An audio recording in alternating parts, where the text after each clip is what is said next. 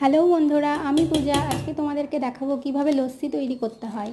তো দেখো, এর মধ্যে চিনিটাকে ভালো করে মিক্স করে নিয়েছি প্রথমে। এরপরে বিট নুন আর জলজিরা এবং লেবুর রস চিপে দিলাম। এবার এর মধ্যে দই দিয়ে দিলাম, টক দই। আমি কিছুটা বাড়িতে পাতা টক দই দিয়েছি আর কিছুটা দোকান থেকে কিনে আনা টক দই দিলাম।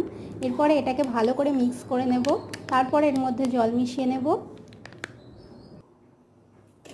এর মধ্যে আরও অনেক কিছুই দেওয়া যায়, যেমন গোলমরিচ আর জিরে, এলাচ।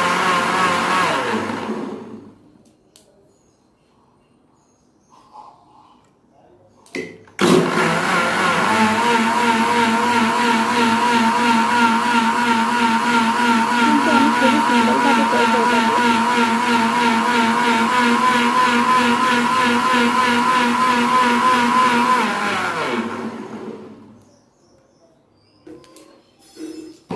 দেখো, এটা আমার মোটামুটি রেডি হয়ে গেছে। এর মধ্যে একটু বরফের টুকরো দিয়ে দিলাম, কারণ এটা দিতে আমি ভুলে গেছিলাম, তার জন্যে।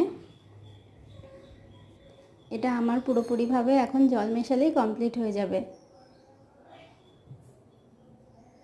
দেখো কেমন হয়েছে, খেতেও খুব সুন্দর হবে আশা করা যাচ্ছে।